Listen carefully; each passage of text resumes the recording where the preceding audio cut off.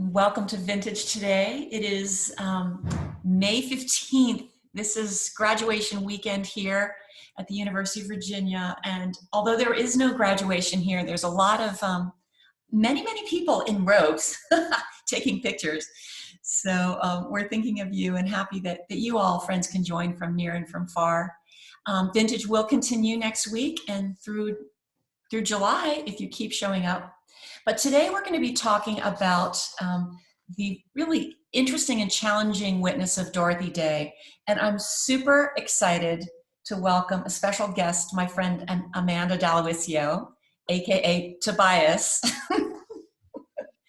from New York. Where are you speaking from, Amanda? Right now I'm in upstate New York, about an hour north of Albany, near Lake George.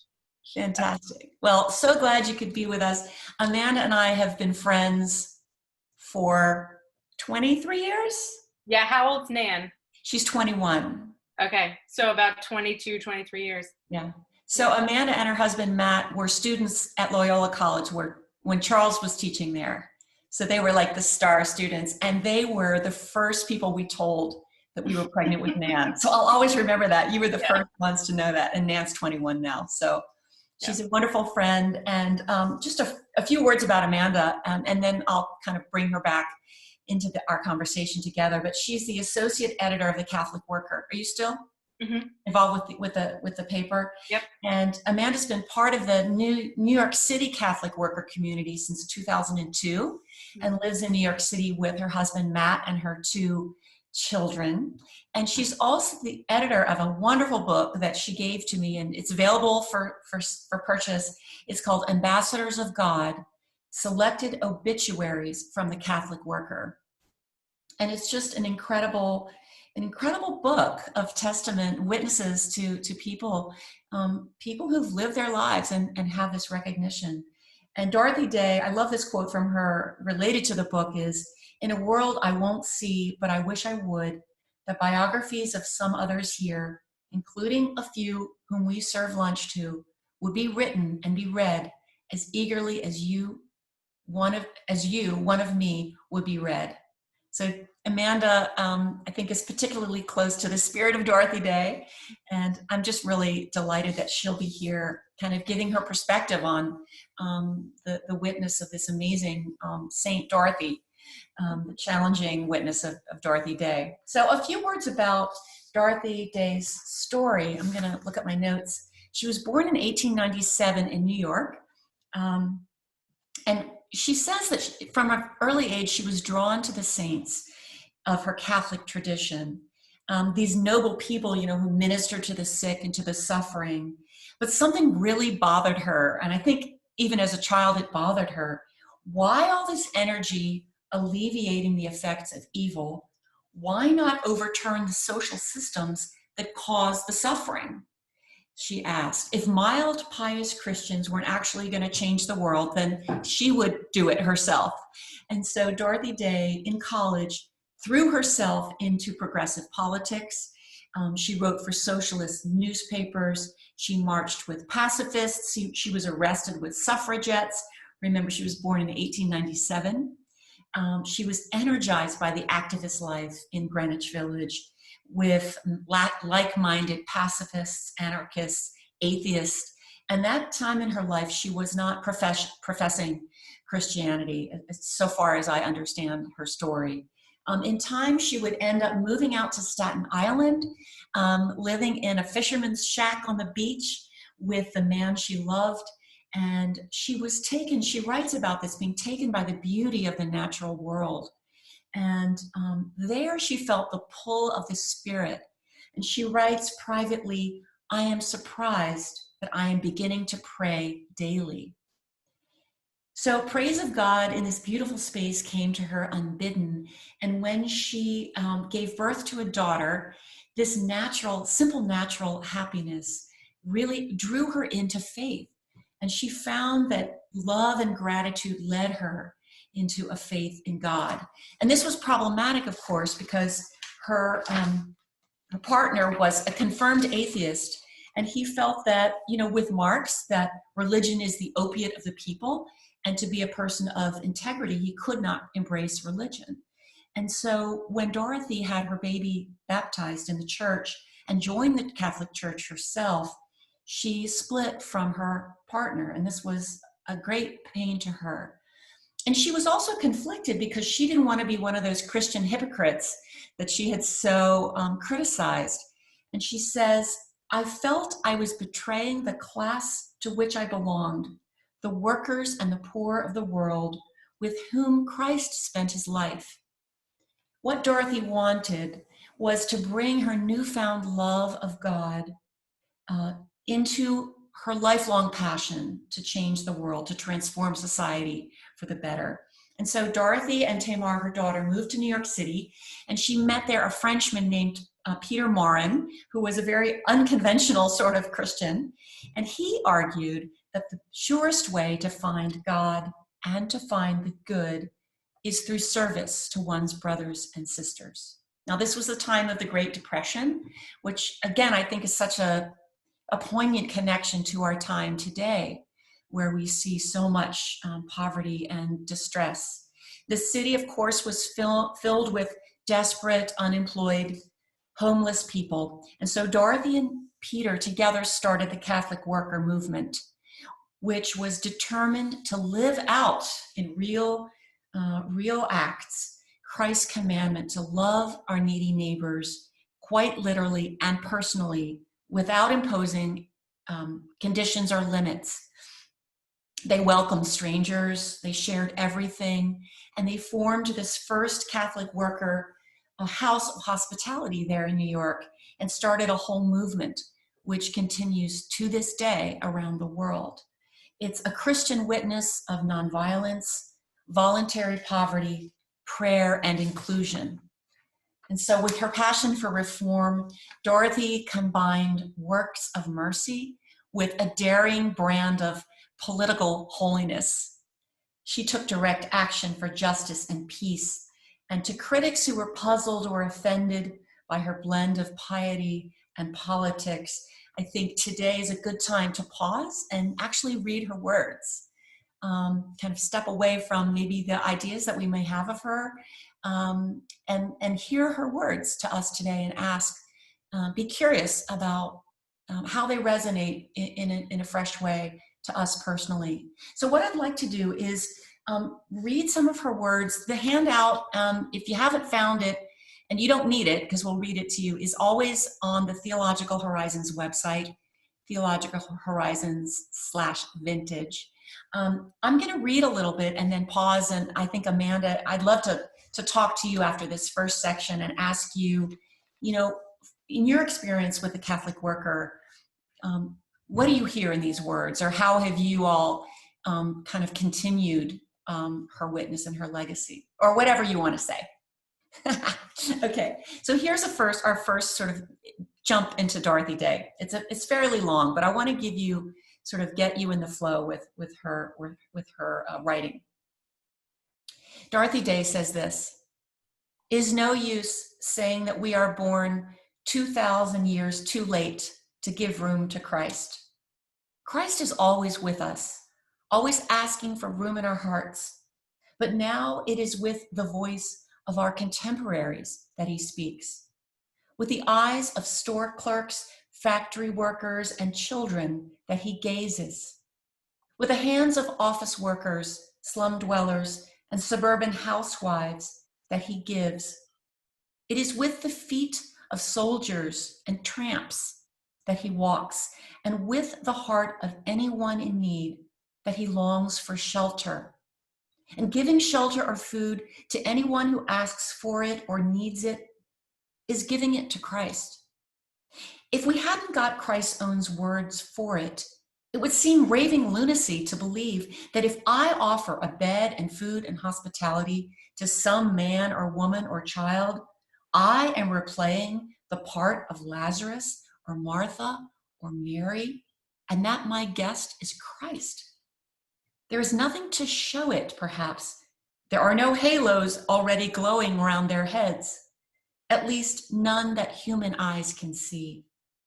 It would be foolish to pretend that it is always easy to remember this.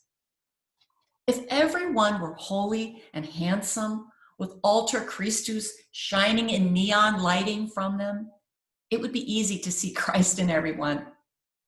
It is a good thing to ask honestly, what would you do or have done when a beggar asked at your house for food? Would you or did you give him an old cracked plate thinking it was good enough? Do you think Martha and Mary thought that the old and chipped dish was good enough for their guest? In Christ's human life, there were always a few who made up for the neglect of the crowd. The shepherds did it. Their hurrying to the crib atoned for the people who would flee from Christ. The wise men did it. Their journey across the world made up for those who refused to stir one hand's breadth from the routine of their lives to go to Christ. The women at the foot of the cross did it, making up for the crowd who stood by and sneered. We can do it too, exactly as they did. We are not born too late. We do it by seeing Christ and serving Christ in friends and strangers, in everyone we come in contact with. Christ himself has proved it for us, and no one has to go further than that, for he said that a glass of water given to a beggar was given to him. He made heaven hinge on the way we act toward him in his disguise of commonplace, frail, ordinary humanity. Did you give me food when I was hungry? Did you give me drink when I was thirsty? Did you give me clothes when my own were all rags? Did you come to me when I was sick or in prison or in trouble? And to those who say aghast that they never had a chance to do such a thing, that they lived 2,000 years too late, he will say again that they had the chance of knowing all their lives that if these things were done for the very least of his brethren, they were done to him. For a total Christian, the goad of duty is not needed. Always prodding one to perform this or that good deed, it is not a duty to help Christ. It is a privilege.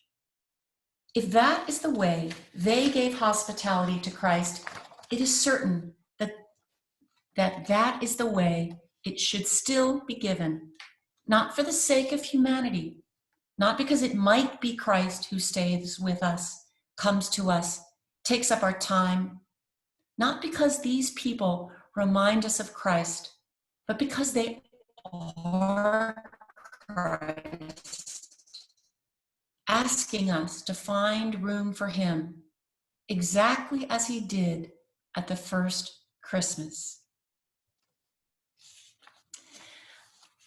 So with those words, Amanda, you've been reading the words of Dorothy Day for a number of years now. Tell me what you hear here in these words, or how your community interprets these, or how you live them out, what you're thinking, just anything that is on your mind. And I want to say, as Amanda's speaking or I'm speaking, you're always more than welcome to ask a question in the chat box or make a comment to add to the conversation. Yeah. Well, thank you for choosing this quote. The first thing that occurs to me is always that Dorothy was such an honest writer. She's not a particularly flowery writer, and so when she writes these things, I think we need to remember that she meant it very seriously and literally, right? And I think that is how she lived her life. I think that's how she envisioned the Catholic worker, is that it was Christ that came to the door every day, all the time. I don't remember if it was somebody talking about Dan Berrigan or if Dan Berrigan was talking about Dorothy, but somebody said about somebody that they lived with the Bible in one hand and the newspaper in the other, right? And what I hear in this reading is a kind of a call for us to do the same thing. It's a lot of questions about ourselves and about our sort of an honest reckoning of our of our actions. But I think it's also asking about the world in very specific terms. Who are the hungry? Who are the thirsty? Who are the homeless? And why? And I think she really did always ask the who are they and why are they kinds of questions.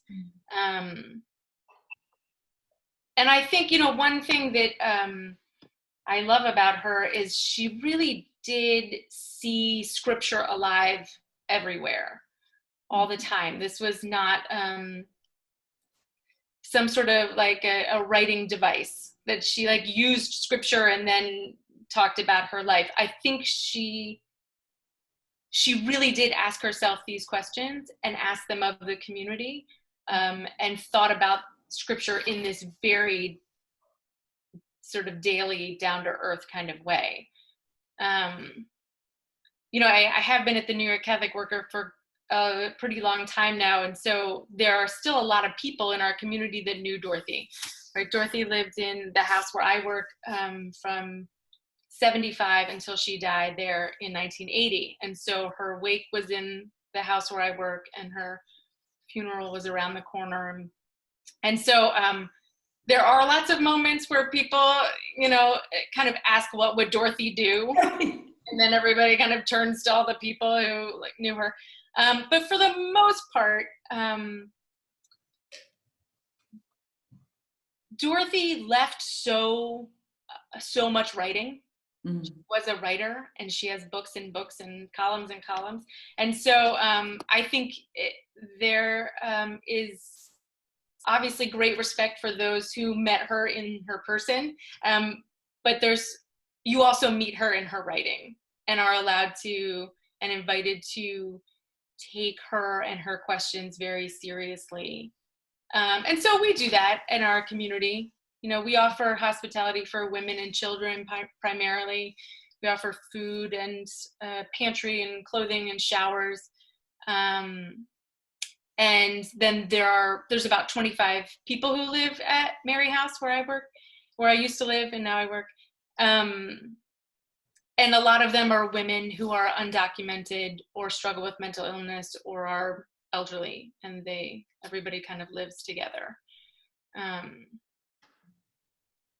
And I think that these questions of sort of seeing people as Christ, for anybody who has lived in really anywhere, any community, any family, it is a constant question. It's a constant reminder to see the Christ in the people around us, because it's really hard. So I find this to be a very moving piece of her writing for all those reasons, I think. Well, thank you for that, Amanda. It's so amazing to have you here and just to have you part of this line of Dorothy's witness. And I'd like to continue with the reading, because I think more thoughts and questions will come up from you and from the rest of us gathered here. Dorothy says this. This is reading number 3. What we would like is to change the world, make it a little simpler for people to feed, clothe, and shelter themselves as God intended them to do. And to a certain extent, by fighting for better conditions, by crying out unceasingly for the rights of the workers, of the poor, of the destitute, we can, to a certain extent, change the world. We can work for the oasis, the little cell of joy and peace in a hurried world. We can throw our pebble in the pond and be confident that its ever-widening circle will reach around the world. We are not expecting utopia here on this earth, but God meant things to be much easier than we have made them. We must keep repeating these things. Eternal life begins now. I chose this passage because I think when I read Dorothy Day, I go straight into guilt mode and kind of anxious about all that I have not done, like all this, you know what I'm saying. Amanda and I have talked about this. So I'm drawn to this idea of a pebble, because I feel like at least I can I can hope to throw a pebble in the pond that might change the world. So let's think about this, as a group. Just now, we have 13 people gathered here in this conversation. What is, when you think about your life, what might be a pebble that you have to throw into the pond that might change the world and might create the world that looks more like the world that God has intended for us?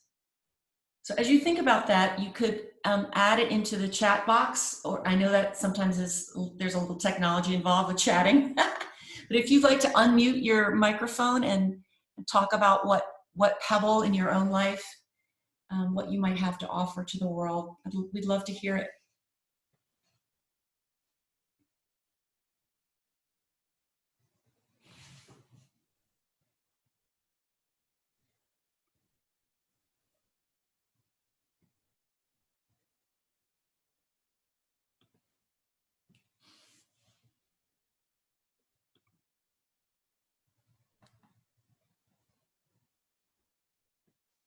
I would like to say to the parents who are caring for their kids at home, teaching them,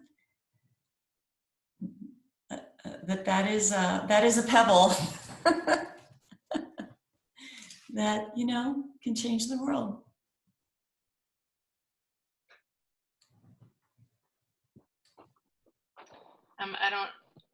I don't really know what my pebble is per se, but one thing I love about this is she starts with this huge statement, what we'd like to do is change the world.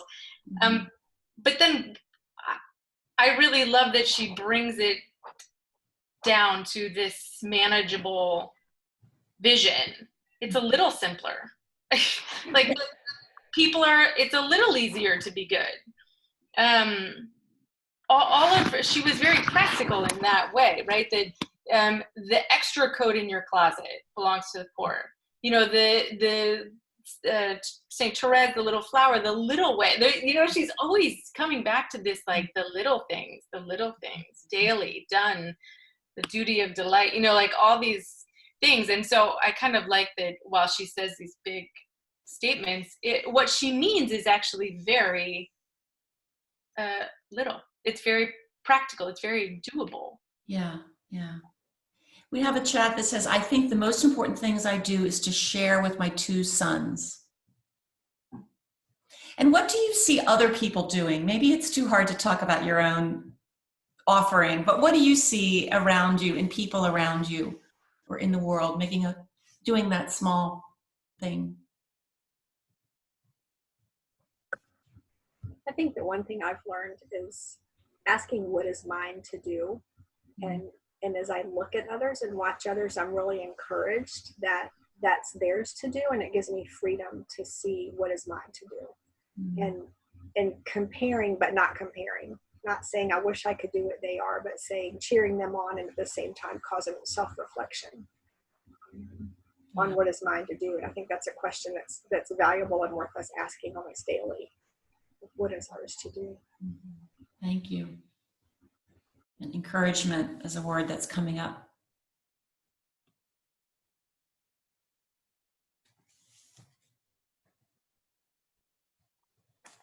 As I hear her words, I get a different concept of who God is. We so often think of God in grand terms, the universe, the storm, the virus. And here, when Jesus talks about God, he's talking about concern for the little things. That's a different God.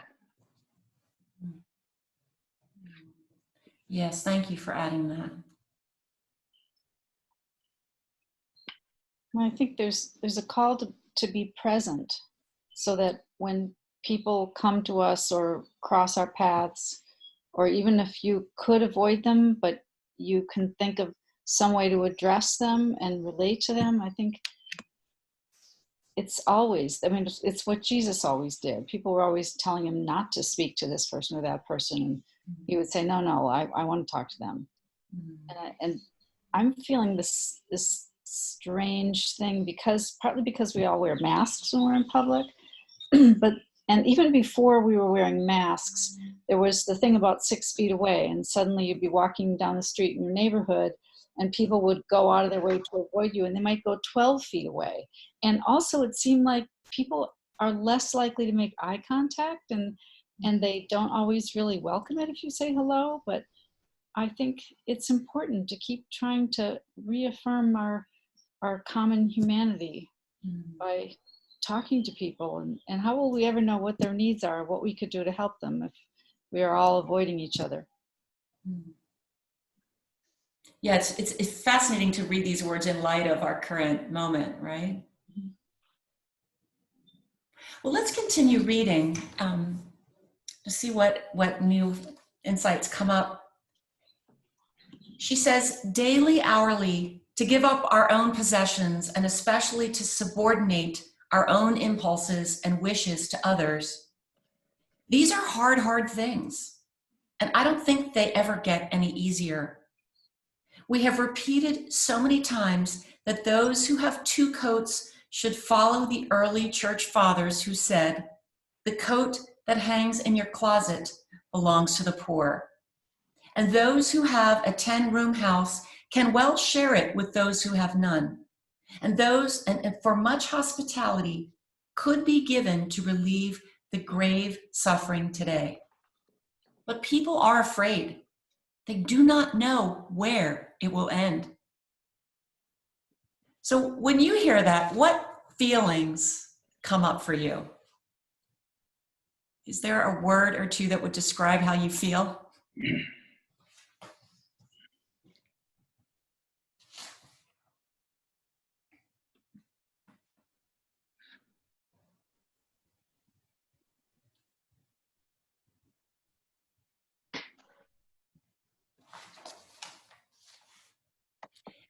What questions come up for you?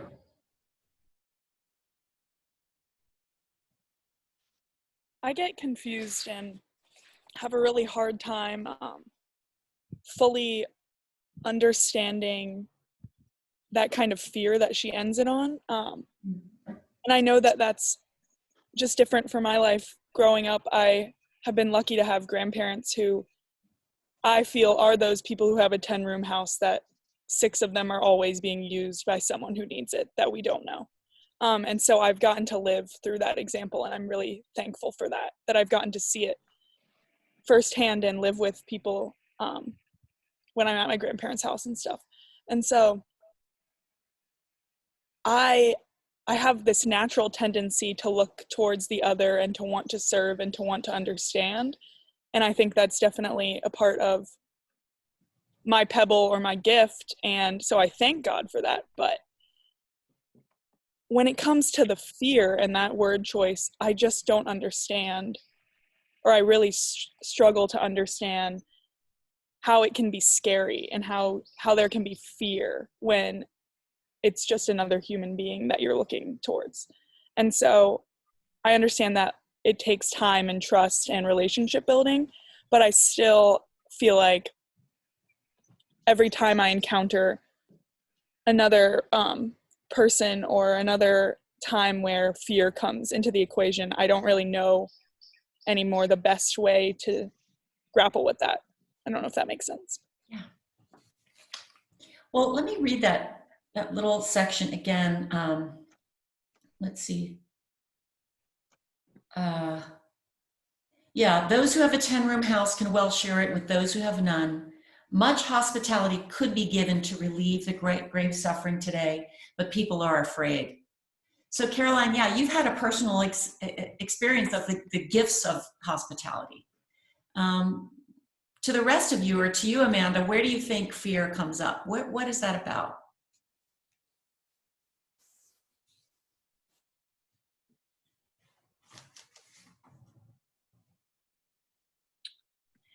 Well, it seems to me that there's kind of fears on all all different levels. I think sometimes, we could certainly fear for our safety if we're talking about welcoming sort of truly strangers and stuff like that into our homes or spaces or lives and hearts. I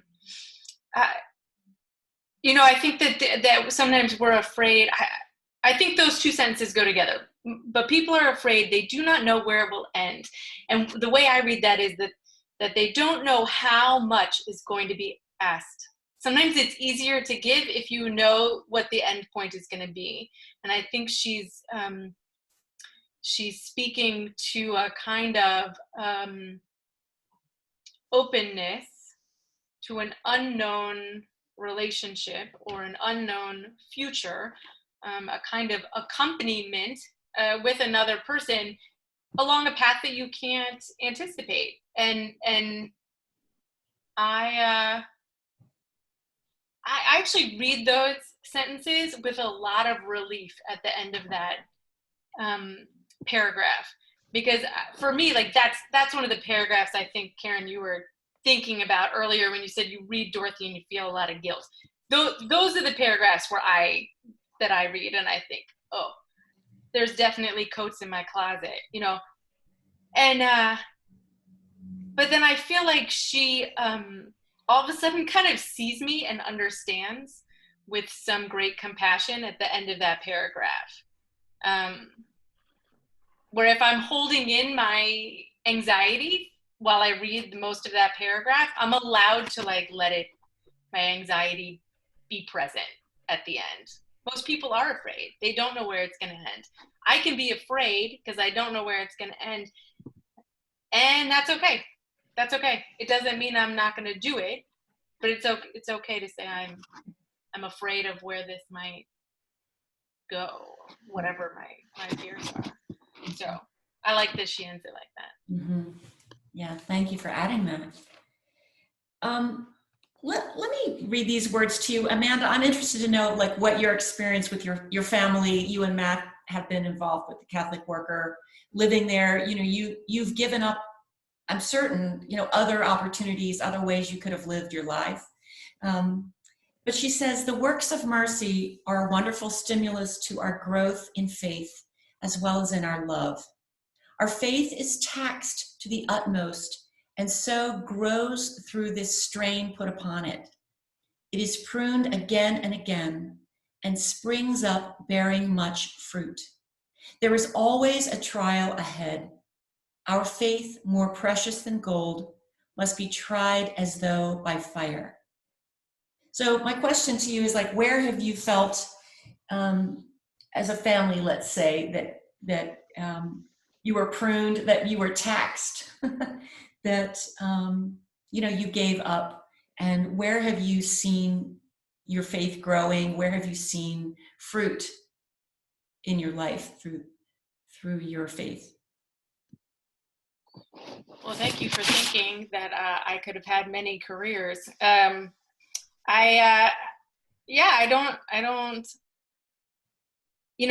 Thanks to Charles, actually, I left Loyola and I went to Harvard Divinity, and I thought I was going to be a professor like Charles because he was my favorite. And then I lived at the Catholic Worker, and I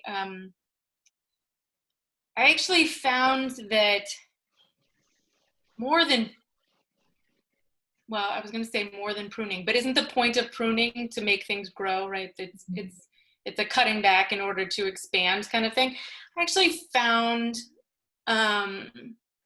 expansion at the Catholic Worker more than so if there was pruning, it wasn't painful pruning, because immediately there was this expansion and growth, both intellectually and spiritually.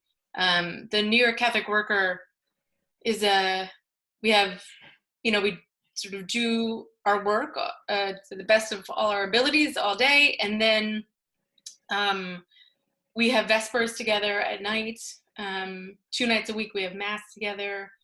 On Friday nights, we still have what we call Friday night meetings. It was an idea of Peter Morin's that we should have constant, what he called clarification of thought. And so we have movies and lectures and a sort of series on Friday nights that out of that tradition. And then there's a weekly Bible study, which is really like more strenuous than any class I've ever taken. I mean, it's a rigorous Bible study. They spent a lot of time on Leviticus. I had a newborn, so I opted out of Leviticus, but I'm just saying that they tackle like the hard stuff. And so I feel like I felt all the wonderful stimulus, not a lot of the giving up.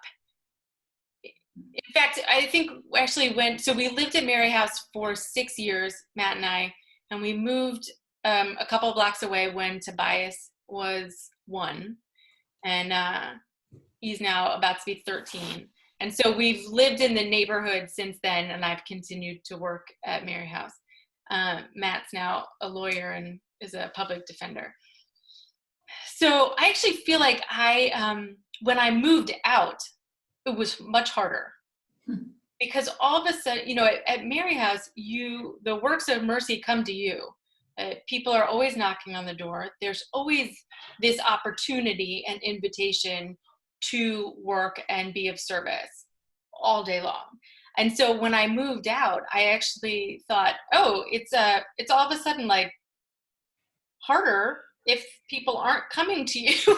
Like how I had to sort of figure out how to do the works of mercy outside of the Catholic worker house. And sort of what, you know, Dorothy really, she believed that the Catholic worker was a school, right? A lot of people came and learned and went on to do other things. My community member, Jane, who knew Dorothy very, very well, likes to say that she always said that what is the quote? Something along the lines of like the gold left and the dross remained. Like lots of people came and then went on to do really amazing things. And then there was kind of the rest of us that stayed at the Catholic worker. I don't know where I was going with that. It was a school to learn how to do the works of mercy or how to be challenged by her questions or by the life of the Catholic worker. But I actually, when I moved out, I didn't leave so much. When I moved out and had to figure out the works of mercy in a different way, it was more of a challenge, I think. Yeah. That's fascinating. I mean, because for me, like what I hear isn't like, this was so hard and, you know, it's just exhausting and you get sick of all the people. I mean, I'm sure that's all that happens, but you know, what comes through is just it's your life and it's meaningful. It has purpose. It has joy in it. It has community in it. When I was reading these readings earlier before the call, I was getting very choked up. Mm-hmm. Like I've been away, so I've been upstate for a little while now because of Corona. It was just better for my kids, and being in the apartment would have been hard and stressful and whatever. And so I've had to relearn how to do the works of mercy, in this other community and in this other scenario upstate and in the virus, and that's like a whole nother set of questions, I think. But I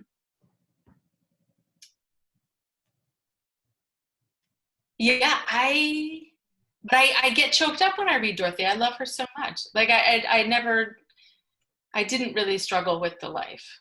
Yeah. Well, here are a few more words of hers. She says, "We must love to the point of folly, and we are indeed fools, as our Lord himself who died for such a one as this. We lay down our lives too when we have performed so painfully thankless an act, because this correspondent of ours is poor in this world's goods. It is agony to go through such bitter experiences, because we all want to love. We desire with a great longing to love our fellows, and our hearts are often crushed at such rejections. But a Carmelite nun said to me last week, "It is the crushed heart, which is the soft heart, the tender heart." And maybe it is one way to become meek and humble of heart like Jesus. It is by the works of mercy that we shall be judged. I'd like to continue with one more passage now. She says, "Today we are not content with little achievements, with small beginnings. We should look to Saint Teresa, the little flower, to walk her little way, her way of love. We should look to Saint Teresa of Avila, who was not content to be like those people who proceeded with the pace of hens about God's business, but like those people who on their own account were greatly daring in what they wished to do for God. It is we ourselves that we have to think about, no one else. That is the way the saints worked. They paid attention to what they were doing. And if others were attracted to them by their enterprise, why, well and good. But they looked to themselves first of all. Do what comes to hand. Whatsoever thy hand finds to do, do it with all thy might. After all, God is with us. It shows too much conceit to trust to ourselves, to be discouraged at what we ourselves can accomplish. It is lacking in faith in God to be discouraged. After all, we are going to proceed with his help.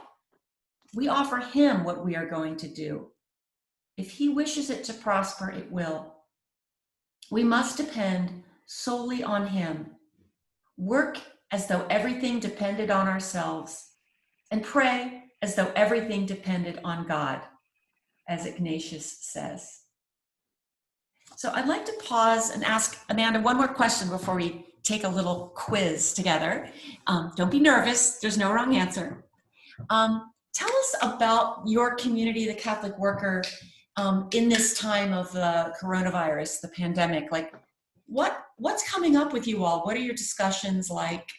What has changed? What's remained the same? So pretty early on, because we are in New York City, we switched over. So there's two houses, Mary House on 3rd Street and St. Joe's at 1st Street, and both houses serve a daily meal. And so both houses in mid-March or so started doing bag lunches at the door. And so for St. Joe's, usually on a daily basis, they would serve maybe 80 to 100 people. And really overnight, it became 250, and it's continued that way. And so they've gotten help from all different places to make bag lunches, and then they make them in the morning and they hand them out on the line, and they, give out masks and help people to be 6 feet apart. And so the work has, in some ways, stayed the same, but then shifted due to the reality of living in New York City, or anywhere really at this point. I think the questions also kind of remain the same. How do we, it's a little bit like what was said earlier, like how do we remain human when we have masks on? How do we offer hospitality from 6 feet apart? These questions are just still the same questions. But we were talking the other day in an editorial meeting about like what part of the Catholic worker could we offer in this moment? Like what of our philosophy or what of our tradition might be helpful to people? And a lot of people talked about Dorothy's, it's not her idea, but she talked a lot about it, the idea of precarity. And she talked about it in terms of sort of joining your life with others, right? Or throwing your lot in with the most vulnerable.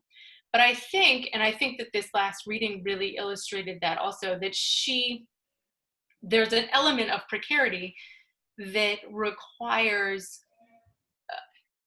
trust in God's providence or in God's grace. And she really meant that. She took that very seriously. I mean, there's lots of stories that are kind of humorous about not having money to pay the bills, and then, she prays to Saint Joseph and somebody, brings coal to the door, so, stuff like that. But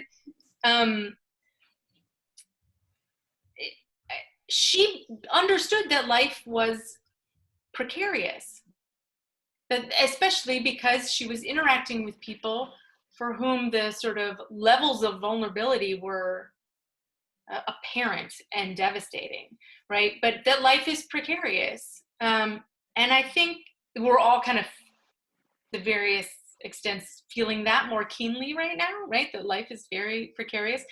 But it's always been this way. We just are very, very good at kind of building up all the sort of things around us that make us feel like it's not as precarious as it really is. And so she really deeply believed in this kind of precarity and this reliance on God's grace.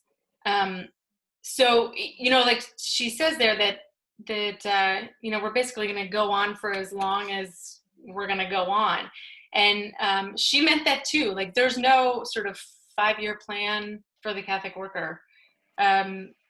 We have a little bit. We have a little plan. We have X amount of months worth of bills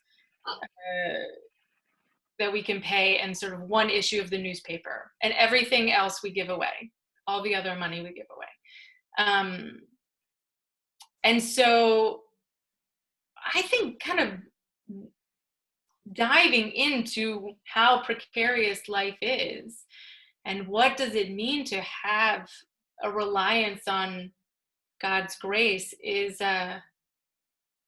just feels really like a poignant question right now. So That's so helpful. Thank you. And thank you for giving sort of us an inside look at, what the conversations are like for you all, as you seek to live out this witness here and now. We are going to take a poll here. If I can find it, I have a few quotes, just very brief quotes that I'd like to share with you. And my question for you as you read them is, which quote puzzles you or encourages you or challenges you? You don't have to agree with it, or you might agree with it, or it might really touch you. But there are I'm going to read them with you, and just take a look. This is anonymous. But I'm going to read these quotes from Dorothy Day, and I'd like you to choose one, vote for one that is just vivid for you in some way, okay? And you'll have time to vote. So the first one, don't call me a saint. I don't want to be dismissed that easily. I really only love God as much as the person I love the least. That's the end of that. I have long since come to believe that people never mean half of what they say, and that it is best to disregard their talk and judge only by their actions. The true atheist is the one who denies God's image in the least of these. The only way to live in any true security is to live so close to the bottom that when you fall, you do not have far to drop. You do not have much to lose. And love in action is harsh and dreadful when compared to love in dreams. So take the time you need to look at these statements and just choose one that you'd like to sit with and think about. And then I'll share the results with you.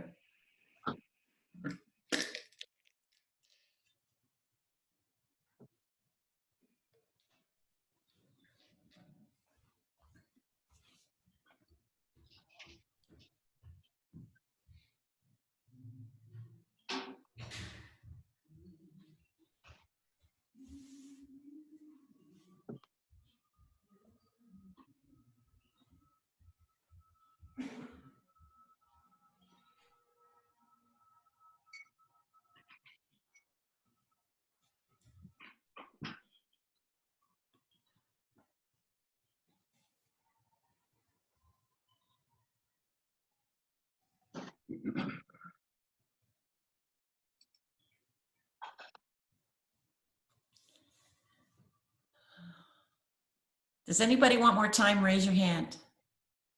All right, let's share the results. This is an interesting outcome. I really only love God as much as the person I love the least.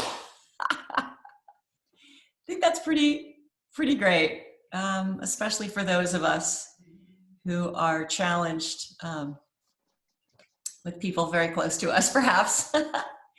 Another statement that you all listened closely to is the true atheist is the one who denies God's image in the least of these. And the only way to live in any true security is to live so close to the bottom that when you fall, you do not have far to drop. You do not have much to lose.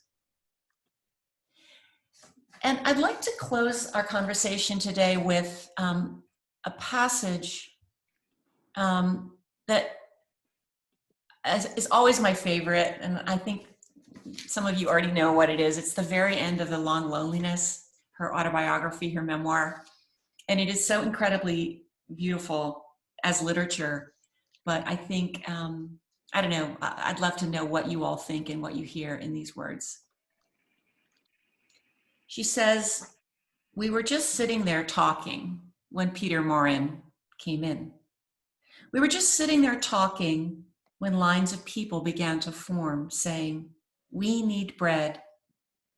We could not say, 'Go, be thou filled.' If there were 6 small loaves and a few fishes, we had to divide them. There was always bread. We were just sitting there talking, and people moved in on us. Let those who can take it, take it. Some moved out, and that made room for more. And somehow the walls expanded. We were just sitting there talking, and someone said, 'Let's all go live on a farm.' It was as casual as all that, I often think. It just came about, it just happened. I found myself a barren woman, the joyful mother of children. It is not always easy to be joyful, to keep in mind the duty of delight. The most significant thing about the Catholic worker is poverty, some say. The most significant thing is community, others say. We are not alone anymore, but the final word is love. At times it has been, in the words of Father Zosima, a harsh and dreadful thing, and our very faith in love has been tried through fire. We cannot love God unless we love each other, and to love, we must know each other. We know him in the breaking of the bread, and we know each other in the breaking of the bread, and we are not alone anymore. Heaven is a banquet, and life is a banquet too, even with a crust, where there is companionship. We have all known the long loneliness, and we have learned that the only solution is love, and that love comes with community. It all happened while we sat there talking, and it is still going on."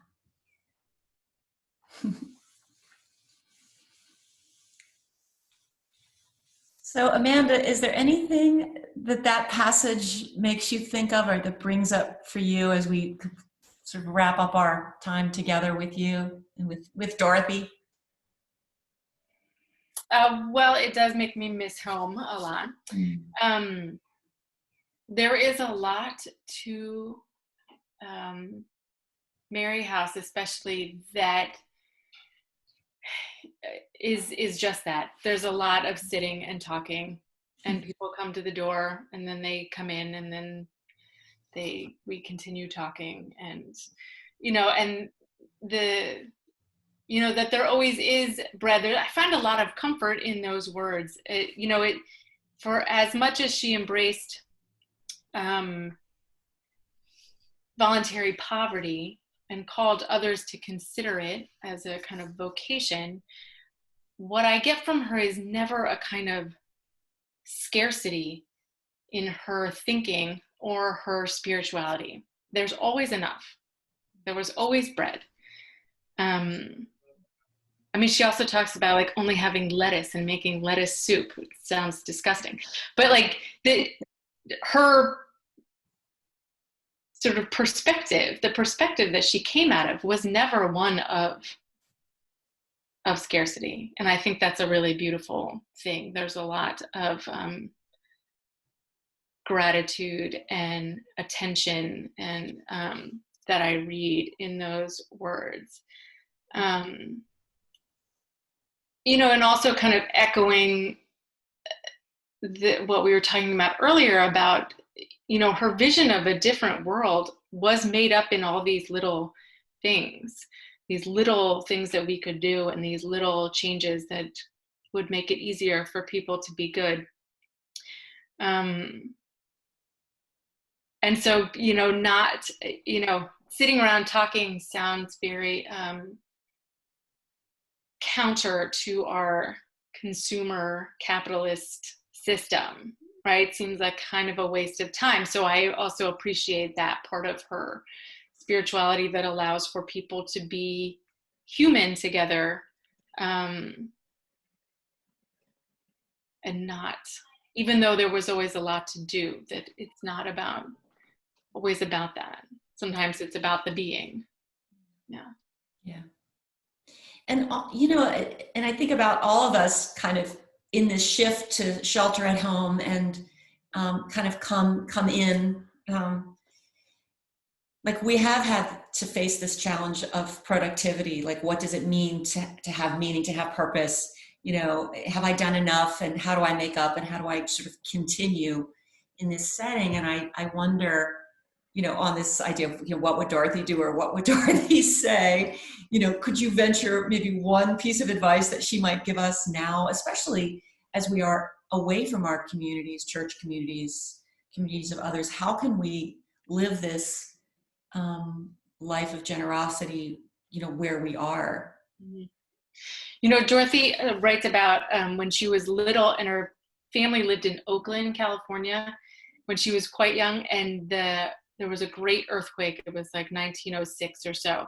And it's one of her earliest memories of watching her mother and her neighbors respond to people whose lives had been destroyed by the earthquake. I think there's a nice parallel here. I feel like when I look around virtually, people are doing beautiful acts of kindness for their neighbors. And I think that that's really what she always kind of wanted, was for all of us to feel that our purpose and our meaning was about finding ways, small ways to give. And that I've just thought people have gotten really creative during these last weeks in how to do that. And so maybe she would encourage more of that. I think she would also always encourage us to remember the most vulnerable in any situation. And so, you know, I'm just thinking of the sort of rate of infection in the African American community or in the Native American community, which is so much greater than in the white communities. And sort of remembering who is considered essential, and why, and what does that mean in our sort of capitalist model. So I think there would be both. I think there would be both kind of some hard questions about our world and who is most affected by this, and also a sort of gentle, encouraging nudge to continue the works of mercy wherever we can find them. Beautiful, thank you.